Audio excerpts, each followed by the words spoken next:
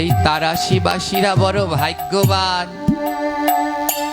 3 দিন ব্যাপী এই দামোদর মাসে হরি কথা অন্তে নামযজ্ঞ অষ্টকালীন লীলা শ্রবণ করা এ মহা মহা সৌভাগ্য আপনাদের। কত জন্মের সুকৃতি থাকলে এমন হয় জানি না। কাল এসেছিলেন বাংলাদেশের যতজন মহারথী গোবিন্দের দিব্য নাম প্রচার করেন তাদের মধ্যে একজন যার বদন দেখলেই মুখে গৌর গৌর বলতে ইচ্ছে করে,